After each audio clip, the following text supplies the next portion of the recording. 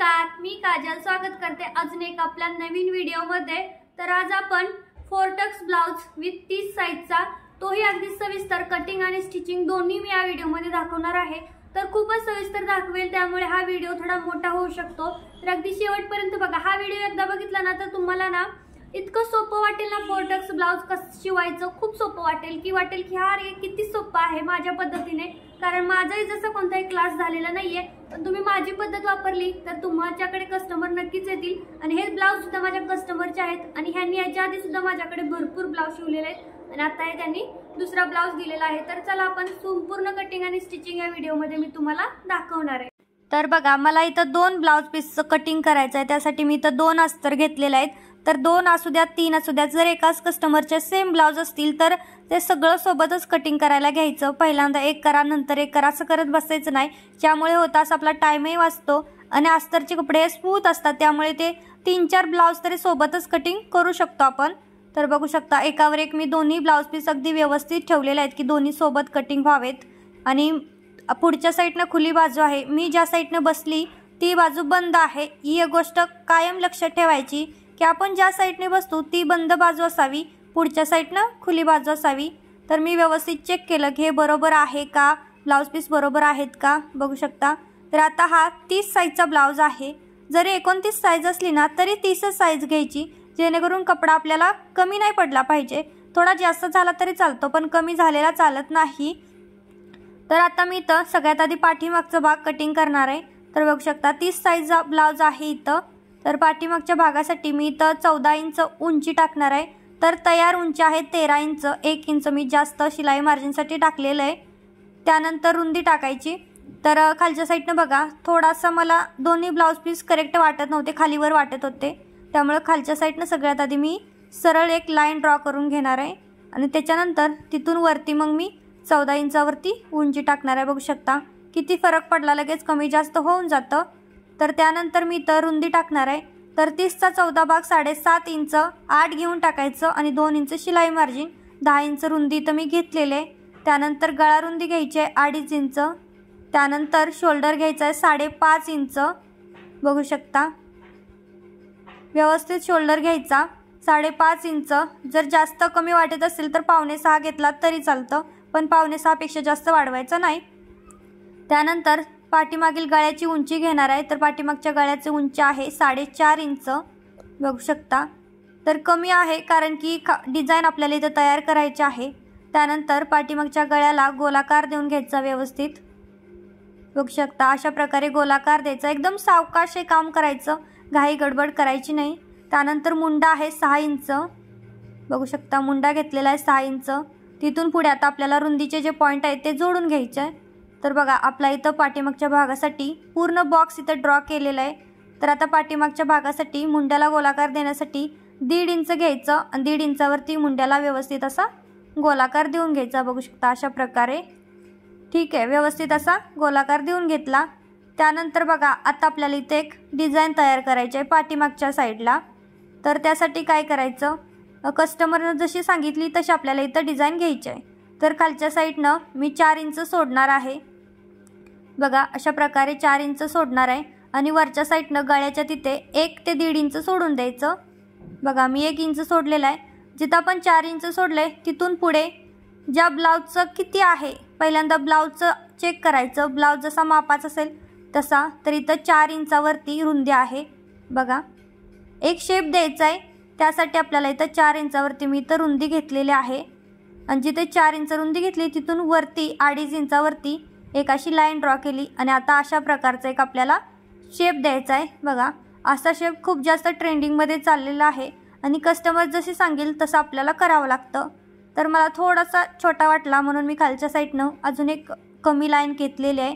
तर आता इथं पूर्ण मार्किंग रेडी आहे। आता हळूच कटिंग करायचं सावकाश एकदम, कारण 2-2 कपडे आहेत, दोन्ही व्यवस्थित कटिंग झाले पाहिजे। ह्या हिशोबाने व्यवस्थित असं कटिंग करायचं एकदम सावकाश, बघू शकता। जर ह्या मापाने तुम्ही कटिंग केलं ना तुमचा फोरटक्स ब्लाउज कधीही चुकणार नाही, कधीच नाही। कारण की मी जसं सांगते, माझा कोणताही क्लास नाही झाला तरी मी इतकं परफेक्ट ब्लाउज शिवू शकते आणि याचा फायनल लुक पण मी तुम्हाला दाखवणारच आहे। तर बघू शकता एकदम सावकाश कट करायचं, जास्त घाई करायची नाही। थोडा जरी कपडा इकडे तिकडे कट झाला तर आपला पूर्ण शेप चुकतो। तर बघा, तर आता गळासुद्धा मी इथं जो आपण काही गळा ड्रॉ केलेला आहे डिझाईनचा तो व्यवस्थित असा कट करून घ्यायचा। तर हा खुला पार्ट आहे, खूप छान हा शेप दिसतो। जर जसा कस्टमरच्या ब्लाऊजवरती होता तसा सेम मी इथं शेप देऊन घेतलेला आहे। तर दाखवते, तर अशा प्रकारचे इथं शेप तयार झालेला आहे बघा। तर आता हे साईडला ठेवून द्यायचं। आता आपल्याला समोरच्या भागाचं कटिंग करायचं आहे। तर हे व्यवस्थित असं साईडला ठेवून द्यायचं, कारण हे ठेवून आपल्याला ब्लाऊज पीस कट करावा लागतो, बघू शकता। तर आता पुढच्या साईडनं बघा अशा प्रकारे आता पुन्हा मी एकाच ब्लाऊजवरती तुम्हाला दाखवते, कारण की वरचा खालचा झालं ना तर थोडंसं डिस्टर्बिंग होईल त्यामुळे। तर पुन्हा मी खालच्या साईडनं पुन्हा पलटी करून घेतलेला आहे। तर आत्तासुद्धा बंद बाजू माझ्या साईडने आहे आणि खुली बाजू पुढच्या साईडने। तर आता काय करायचं, 14.5 इंच उंची टाकायची। लक्षात ठेवायचं, नेहमी आपण पुढच्या भागासाठी अर्धा इंच उंची वाढवतो। पाठीमागच्या भागासाठी आपण 14 इंच उंची घेतलेली होती, पुढच्या भागासाठी 14.5 इंच घेतलेली आहे आणि रुंदी सेमच घ्यायची। 10 इंच रुंदी घेतलेली आहे, गळा रुंदीसुद्धा 2.5 इंच, शोल्डर 5.5 इंच, त्यानंतर मुंडा 6 इंच। सेम मापं, काही मापं कुठेही चेंज करायची नाही आहेत, सेम तीच मापं घेऊन बॉक्स ड्रॉ करून घ्यायचा। तर बघू शकता, चेक करायचं मुंड्याचा ना, कधी कधी शोल्डर आपला 5.5 असतो आणि मुंड्याची लाईन 6 वरती जाते, त्यामुळे ते पण चेक करावं लागतं। तर बघा, आता इथं समोरच्या गळ्याची उंची टाकायची। तर समोरच्या गळ्याची उंची आहे 6.5 इंच, बघू शकता। समोरच्या गळ्याची उंचीचा आपल्याला इथं एक शेप देऊन घ्यायचा, बघा ड्रॉ करून घ्यायची लाईन। आणि इथे सुद्धा हवा तसा शेप आपण कस्टमरला जसा आहे तसा देऊ शकतो। तर बघा, आता मी इथं एक बॉक्स ड्रॉ केलेला आहे पुढच्या भागाचा। तर सगळ्यात पहिला आपण गळ्याला शेप देऊन घेऊया। तर 1 इंचावरती गोलाकार देऊन घ्यायचा आहे गळ्याला। इथं कोणताही शेप देऊ शकतो, असं काही नाही की गोलच गळा घेतला पाहिजे, कोणताही आपण शेप देऊ शकतो। व्यवस्थित असा गोलाकार देऊन घेतला। तर आता मुंड्याला 1 इंचावरती गोलाकार द्यायचा आहे। पाठीमागच्या भागाला आपण 1.5 इंचावरती देतो, पुढच्या भागाला 1 इंचावरती गोलाकार देऊन घ्यायचा अशा प्रकारे। त्यानंतर आता बघा, हा फोर्टेक्स ब्लाऊज आहे। तर आपल्या हुकाच्या साईडनी 4 इंचावरती एक मार्किंग करायची, जिथं 4 इंच केले तिथून वरती 4 इंच करायची आणि हुकाच्या बाजूने अजून वरच्या साईडला 4 इंच, तिथून पुढे 3 इंच। बघा अशा प्रकारे आपल्याला टक्स द्यायचे आहेत, 4 टक्स द्यायचे आहेत। तर एकच टक्स इथे इम्पॉर्टंट असतो, तो म्हणजे आपला जो कटोरीवाला टक्स असतो तो 1 इंचावरती घ्यायचा। त्यानंतर अलीकडच्या साईडचा मध्य काढायचा, तिथून सरळ आपला जो टक्स आलेला आहे तिथपर्यंत लाईन घ्यायची। 1.5 इंचाचं मार्किंग सोडायचं आहे। सगळ्या टक्समध्ये 1.5 इंचाचं मार्जिन राहिलं पाहिजे किंवा 1.5 इंचाचं अंतर राहिलं पाहिजे। त्यानंतर मुंड्याच्या साईडनी 3 इंचावरती आपल्याला टक्स द्यायचा आहे। तर प्रत्येक ब्लाऊजला किंवा प्रत्येक कस्टमरला वेगवेगळे टक्स आवडतात। आता हा जो कस्टमरचा ब्लाऊज आहे त्यांचे टक्स एकदम छोटे छोटे आहेत आणि त्यांचे जसे आहेत तसेच आपण केले पाहिजेत। तर लक्षात ठेवायचं, प्रत्येक टक्सच्या मध्ये 1.5 इंच रुंदी पाहिजे। आकार म्हणजे आपला 4 टक्स अगदी करेक्ट तयार होतो। तर बघू शकता, अगदी व्यवस्थित असा इथे 4 टक्स तयार झालेला आहे। तर आता व्यवस्थित कट करून घ्यायचं, ठीक आहे, एकदम सावकाश कटिंग करायचं। सगळ्यात सोपा कोणता ब्लाऊज असेल ना तर तो आहे 4 टक्स। सगळ्यात सोपा ब्लाऊज, याच्यापेक्षा सोपा ब्लाऊज असू शकत नाही। सिंपल, साधा आणि खूप सुंदर असा आहे। तुम्ही तुमच्या थोडेफार टक्स चुकले तरीसुद्धा हा ब्लाऊज अगदी परफेक्ट दिसतो। तर खालचं जो ब्लाऊजचा अस्तर पीस आहे त्याच्यावरती सुद्धा मी बघा व्यवस्थित असे टक्सचे पॉईंट देऊन घेणार आहे, कारण आपण एकाच पिसावरती इथं मार्किंग आलेले आहे, त्यामुळे दुसऱ्या पिसावरती सुद्धा व्यवस्थित मी इथं मार्किंग करत आहे खालच्या साईडनी वरच्या साईडनी बघा, कारण की ते आपल्याला नंतर स्टिचिंग करताना दिसले पाहिजेत कुठे कोणता टक्स आहे। तर बघा, आता बाहीचा तुम्हाला जशी बाही हवी तसं तुम्ही कटिंग करू शकता। मला आता ह्या दोन्ही ब्लाऊजच्या बाह्या वेगवेगळ्या आहेत, त्याचं व्यवस्थित कटिंग मी तुम्हाला दुसऱ्या व्हिडिओमध्ये दाखवेन, आता या व्हिडिओमध्ये नाही दाखवत। तर आता जे आपण अस्तरच्या कपड्यावर कटिंग करून घेतले तेच आपल्याला ब्लाऊज पीसवरती ठेवून कटिंग करून घ्यायचं एकदम सावकाश। तर गळा कट करायचा नाही, गळ्याचा कपडा तसाच घ्यायचा, दोन्ही भागांचे गळे कट करायचे नाही। तर बघू शकता दोन्ही पीस मी इथं कट करून घेते, तुम्हाला दोन्ही दाखवते कटिंग करताना। तर बघा सावकाश कटिंग करून घ्यायचं, नेहमी गळे कट करायचे नाही। अजून एकदा मी तुम्हाला सांगते की गळे कट करायचे नाही, नाहीतर फिनिशिंग चुकतं। बघू शकता मी व्यवस्थित असे सगळे 4 टक्सचे पॉईंट इथं दिलेले आहेत, जेणेकरून मला शिवताना ते सोपं पडेल। तर आता ब्लाऊज शिवायला सुरुवात करूया। तर सुरुवातीला पाठीमागच्या भागापासून सुरुवात करायची आणि हा पाठीमागच्या भागाचे सरळ बाजू आहे त्याच्यावरती आपण अस्तर ठेवणार आहोत। बघू शकता सरळ बाजूवरती अस्तर ठेवलेला आहे आणि पिनअप करून घ्यायचं व्यवस्थित, कारण की गळे हल्ले नाही पाहिजे।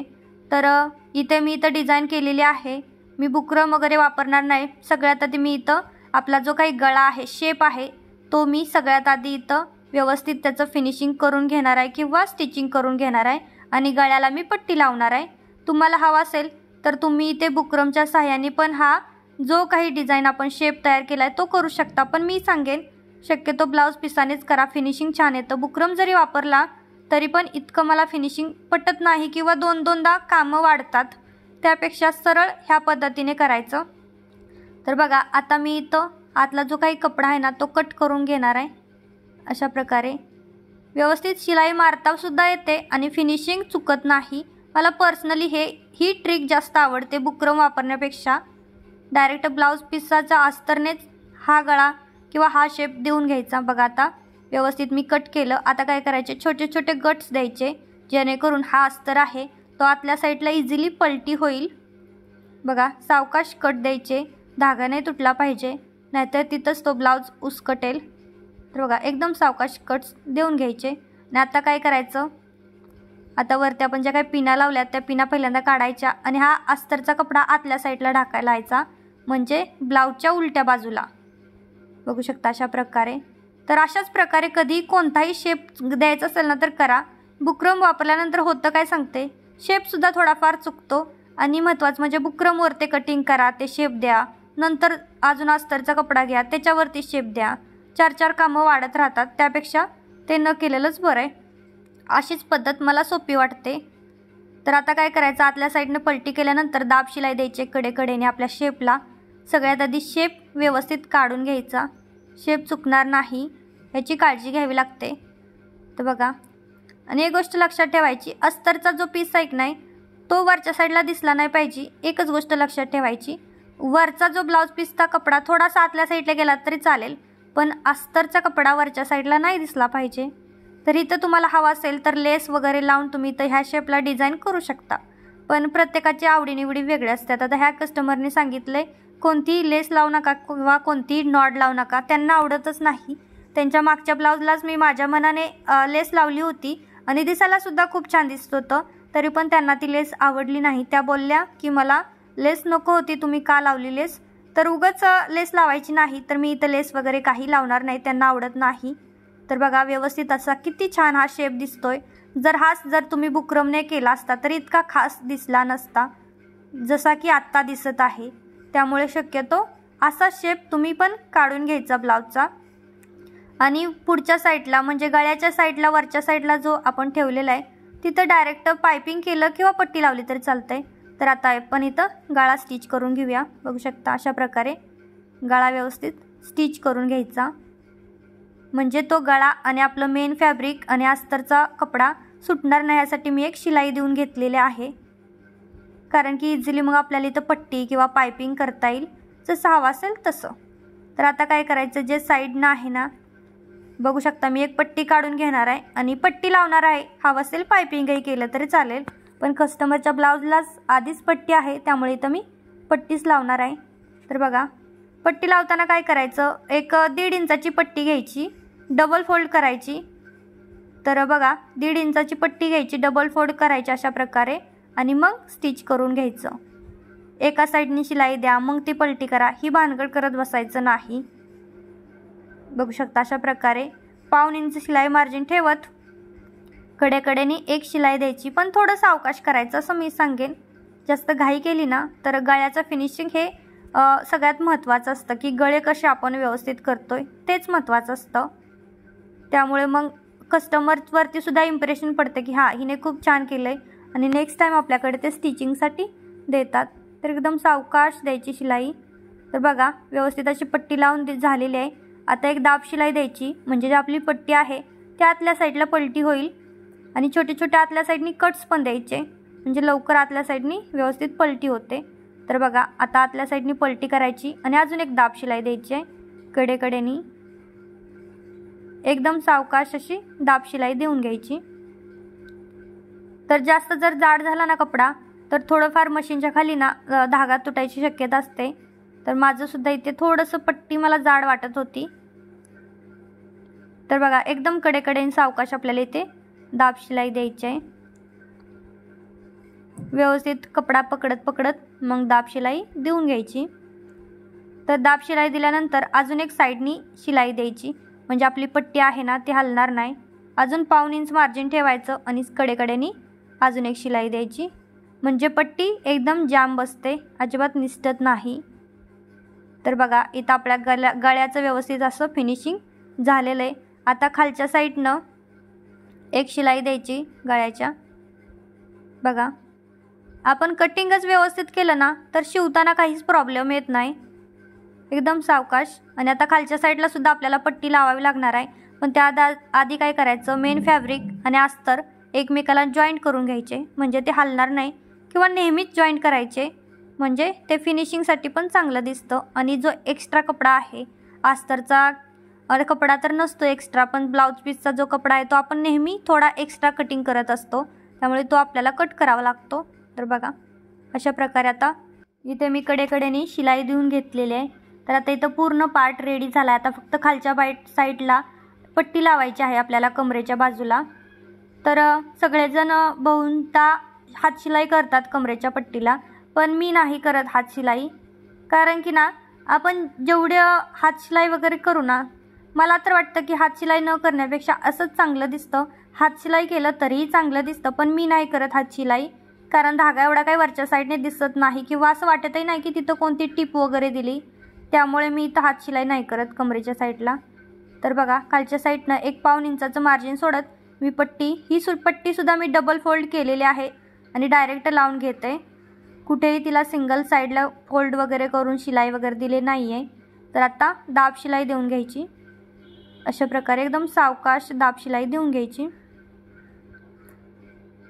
बघा दाब शिलाई झाल्यानंतर आतल्या साईडला पलटी करायची आणि अजून एक कडेकडेनी शिलाई देऊन घ्यायची, एकदम सावकाश अशी कडेकडेनी अजून एक शिलाई द्यायची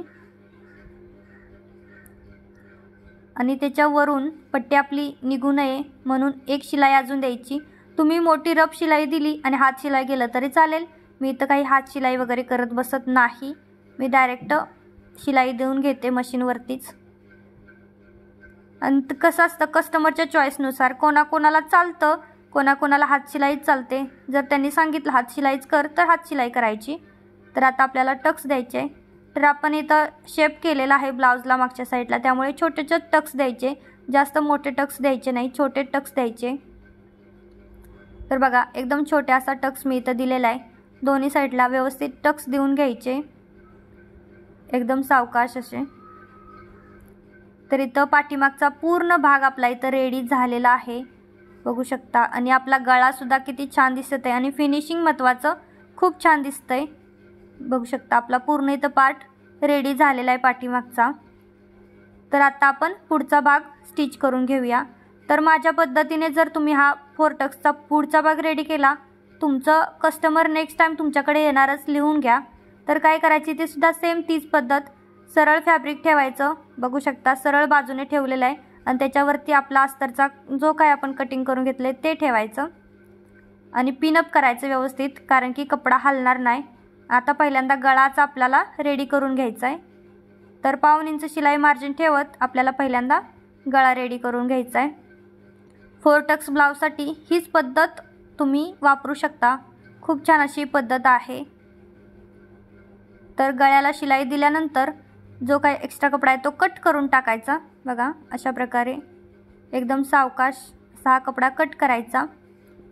त्यानंतर छोटे छोटे कट्स देऊन घ्यायचे। आता आपल्याला जो अस्तर आहे तो आतल्या साईडला पलटी करायचा आहे, त्यासाठी छोटे छोटे कट्स देऊन घ्यायचे एकदम सावकाश।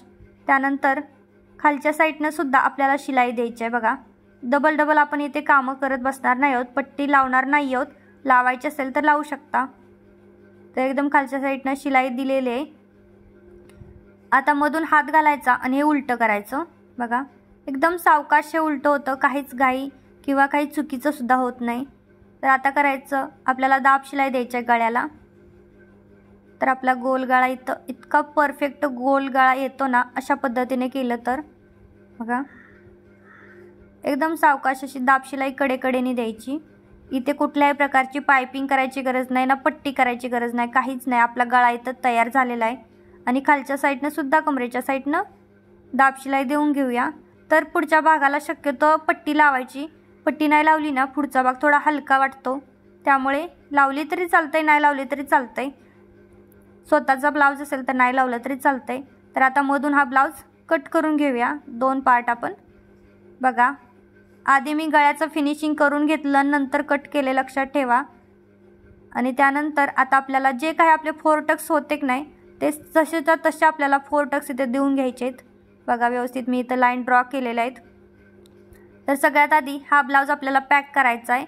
मेन फॅब्रिकसोबत अस्तरला पॅक करून घ्यायचं, म्हणजेच कडेकडेनी शिलाई देऊन घ्यायची अशा प्रकारे बघा। एकदम सावकाश आणि दोन्ही पार्ट सोबतच मी इथं करून घेते, म्हणजे आपला टाईमही वाचेल आणि पटपट सुद्धा होईल। तर बघा एकदम सावकाश। तर हे स्टेप केली ना तुम्ही, ही स्टेप केली तर तुमचा ब्लाऊज चुकणार नाही, कारण की ह्याने होतं असं की दोन्ही कपडे एकमेकाला जाम बसतात, कुठेही चुनी पडत नाही किंवा फुगीर होत नाही। तर आता आपण हा टक्स पहिल्यांदा रेडी करूया। तर आपण जसा कटोरीसाठी टक्स देतो तसा सेम टक्स आहे इथं। एकदम सावकाश असा मी टक्स दिलाय। तर मला हा टक्स थोडा छोटा वाटत होता, त्यामुळे मी थोडासा अजून मोठा घेणार आहे। तर बघा हा टक्स देऊन झालेला आहे। त्यानंतर आपली जी हुकाची पट्टी असते त्या साईडचा टक्स इथं देऊन घ्यायचा। आपण सगळ्या लाईनी ड्रॉ केलेल्या आहेत, जसं शेप दिसतोय, जसं खडूचं मार्किंग दिसतोय त्या खडूच्या मार्किंगवरूनच आपल्याला शिलाई द्यायची आहे। त्यानंतर बघा इकडचं पण आपण देऊन घेऊया, बघू शकता। एकदम जी आपली खडूची मार्किंग आहे ना त्या खडूच्या मार्किंगवरतीच आपली शिलाई आली की नाही, मग अजिबात चुकणार नाही। आणि थोडं फार कमी जास्त झालं तरी सुद्धा 4 टक्स ब्लाऊज चुकत नाही, अगदीच परफेक्ट असा बसतो किंवा दिसतो। तर बघा इथे 4ही टक्स मी एकदम व्यवस्थित असे दिलेले आहेत। तर कसले भारी इथं कटोरीचा शेप आलेला आहे आपल्या बघा। टक्स एकदम मस्त आणि खूप कम्फर्टेबल हा ब्लाऊज बसतो। तर आता त्याच पद्धतीने दुसऱ्या सुद्धा पार्टचे आपण टक्स देऊन घेणार आहोत। तर आता इथं दोन्ही पार्ट रेडी झालेले आहेत। आता आपल्याला लावायचे आहेत हुकाची पट्टी आणि लूप पट्टी। तर ते सेमच असणार, कारण आपण नंतर कट केलं तर, त्यामुळे तरी पण चेक करायचं की दोन्ही पार्ट व्यवस्थित आहेत का। तर सगळ्यात आधी हुक पट्टी लावण्यासाठी एक 2.5 ते 3 इंचाची रुंदीची पट्टी कट करून घ्यायची, तिला डबल फोल्ड करायचं आणि अशा प्रकारे ठेवून 1/2 इंचावरती शिलाई देऊन घ्यायची बघा। एकदम सावकाश ठेवायची आणि 1/2 इंचावरती शिलाई द्यायची। त्यानंतर एक दाब शिलाई द्यायची। दाब शिलाई दिल्यानंतर आतल्या साईडला पलटी करायची आणि अजून एक कडेकडेनी शिलाई द्यायची। फिनिशिंग छान दिसतं किंवा दाबून बसतं त्यासाठी। आणि त्यानंतर थोडंसं मार्जिन सोडत, अर्ध्या ते जेवढी तुमची पट्टी असेल तेवढं मार्जिन सोडत कडेने अजून एक शिलाई द्यायची। तर आता इथं आपली हुक पट्टी लावून झालेली आहे बघा, किती परफेक्ट अशी हुक पट्टी लावलेली आहे। तर लूप पट्टी लावण्यासाठी सुद्धा तीच प्रोसेस, तेवढीच 3 इंच रुंदीची पट्टी एक कट करून घ्यायची, 2.5ची घेतली तरीही चालते। त्यानंतर 1/2 इंचावरती शिलाई द्यायची। पुन्हा त्याच प्रकारे इथे सुद्धा दाब शिलाई देऊन घ्यायची, एकदम सावकाश दाब शिलाई देऊन घ्यायची। त्यानंतर आतल्या साईडने पलटी करायचं आणि कडेनी एक शिलाई द्यायची फिनिशिंगसाठी। त्यानंतर 1/2 इंच शिलाई मार्जिन सोडून अजून एक शिलाई देऊन घ्यायची आहे लूप बनवण्यासाठी बघा, अशा प्रकारे। तर आता पुन्हा एकदा चेक करायचं की आपल्या पट्ट्या व्यवस्थित आहेत का। तर त्यानंतर आता मी कमरेच्या साईडला पट्टी लावणार आहे। नाही लावली पट्टी तरी चालत होतं, पण म्हटलं लावावं, थोडंसं दाबून बसेल किंवा छान दिसेल, जाड दिसेल यासाठी। तर एकदम थोडंसं मार्जिन सोडत मी इथं पट्टी लावणार आहे, कारण की आपलं फिनिशिंग व्यवस्थित आहे किंवा फिटिंग व्यवस्थित आहे, माप व्यवस्थित आहे। त्यामुळे त्यासाठीच मी नेहमी सांगत असते मागच्या भागाचा पेक्षा अर्धा इंच जास्त वाढवून घ्यायचं पुढच्या भागासाठी, म्हणजे दोन्ही मागचा आणि पुढचा भाग एकदम उंचीसाठी परफेक्ट येतात, कुठलाही कमी जास्त होत नाही. कारण पुढचा भाग आहे ना कटोरे असतात किंवा टक्स असतात, त्यामुळे छोटा होतो. तसा पाठीमागचा भाग होत नाही. पाठीमागचं जेवढं आपण कटिंग केले तेवढंच राहतं. तर बघा, पट्टी आतल्या साईडनी पलटी केली आणि अजून एक कडेकडेनी दाब शिलाई देणार आहे अशा प्रकारे, एकदम सावकाश अशी. तर बघू शकता पट्टी इथं लावून तयार झालेली आहे. त्यानंतर थोडंसं मार्जिन अजून सोडत अजून एक आपल्याला शिलाई द्यायची आहे, जेणेकरून पट्टी दाबून बसेल किंवा हलणार नाही. तर बघा, पट्टी लावल्यानंतर ब्लाऊजचा लुक लगेचच चेंज झालेला आहे. त्यामुळेच मी सांगितलं की कमरेच्या साईडनी पट्टी लावली तरी चालतंय. तर दुसरी पट्टी आपण दुसऱ्या भागाची सेम तशीच लावून घ्यायची. बघू शकता एकदम सावकाश. पुन्हा त्या पट्टीला पण आपण दाब शिलाई देणार आहोत. दाब शिलाई दिली ना की इझिली आतल्या साईडला पलटी होतं किंवा दिसायला सुद्धा चांगलं दिसतं. तर इथं मी दोन्ही पट्ट्या लावून घेतलेल्या आहेत. आता आपण चेक करूयात की दोन्हीची उंची बरोबर आहे का, पुढच्या भागांची आणि पाठीमागच्या भागांची. तर आपली उंची बरोबरच येणार परफेक्ट, कारण आपण मापत तशी घेतलेली आहेत. आता इथं शोल्डर जॉईंट करून घ्यायचे, व्यवस्थित शोल्डर जॉईंट करून घ्यायचे. शोल्डरला नेहमी 2 शिलाई द्यायच्या, म्हणजे शोल्डर हलत नाही. बघा अशा प्रकारे. आणि त्यानंतर आता मी माझ्याकडे झिगझॅगचं म्हणजे इंटरलॉक अवेलेबल आहे, त्यामुळे मी इथं शोल्डरला इंटरलॉक करणार आहे. जसं मी सगळ्या पार्टला इंटरलॉक करत असते किंवा सगळ्याच ब्लाऊजला इंटरलॉक करून देत असते, कारण की इंटरलॉकचं सुद्धा कस्टमरवरती खूप इम्प्रेशन पडतं. जर इंटरलॉक नाही केलं तर कपड्यातले जे धागे असतात ते उसकतात. तर बघा, दोन्ही शोल्डर मी इथं व्यवस्थित जॉईंट करून घेतलेले आहेत. तर ह्या शोल्डरला सुद्धा आपण डबल टिप देणार आहोत, म्हणजे शोल्डर हलत नाही. त्यानंतर इथे सुद्धा आपल्याला इंटरलॉक करून घ्यायचं आहे, कारण शोल्डरचे धागे निघले तर शोल्डर उकसतं. त्यामुळे जो एक्स्ट्रा कपडा आहे तो मी कट करते. तर नेहमी तुमच्यासुद्धा मशीनवरती इंटरलॉक अवेलेबल असेल तर तुम्ही केलं तरी चालतंय. तर आता बाहीला जोडून घेऊया. तर मी इथं फुगाबाई इथं करून घेतलेली आहे. आता ह्या फुगाबाईचं कटिंग आणि स्टिचिंग तुम्हाला सेपरेट बघायला मिळणार आहे, त्यामुळे मी या व्हिडिओमध्ये दाखवलं नाही, कारण व्हिडिओ खूप मोठा झाला असता. तर बाही व्यवस्थित ठेवून घ्यायची आणि एकदम हलक्या हाताने बाही जोडून घ्यायची आहे. बघा, 1.25 इंच किंवा अर्धा इंच शिलाई मार्जिन ठेवायची बाहीमध्ये. एकदम हलक्या हाताने जोडायची, जास्त ताणायची नाही, नाहीतर बाही काय होतं चुन्या पडतात किंवा एकदम आकसते बाही. एकदम सावकाश. बघू शकता. आणि ह्या बाहीच्या कपड्याला सुद्धा आपण इंटरलॉक करून घेणार आहोत. तर बघा, जर तुमच्याकडे सुद्धा इंटरलॉक अवेलेबल असेल तर इंटरलॉक केलं तरी चालतंय, कारण इंटरलॉक केल्यामुळे तेवढंच इम्प्रेशन पडतं कस्टमरवरती आणि नेक्स्ट टाईम ते आपल्याकडे ब्लाऊज देतात स्टिचिंगसाठी. त्यामुळे इथे इंटरलॉक करून घ्यायचं व्यवस्थित. बघू शकता एकदम सावकाश असं मी इथं इंटरलॉक करून घेते.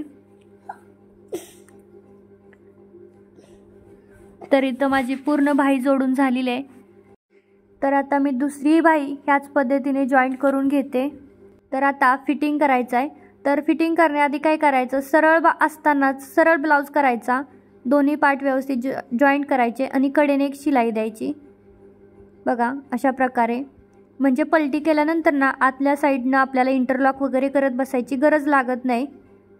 तर सरळ ब्लाऊज असतानाच कडेने अशी एक शिलाई देऊन घ्यायची, नेहमी द्यायची प्रत्येक ब्लाऊजमध्येच, म्हणजे पलटी केल्यानंतर आतमधून एकदम व्यवस्थित होतं.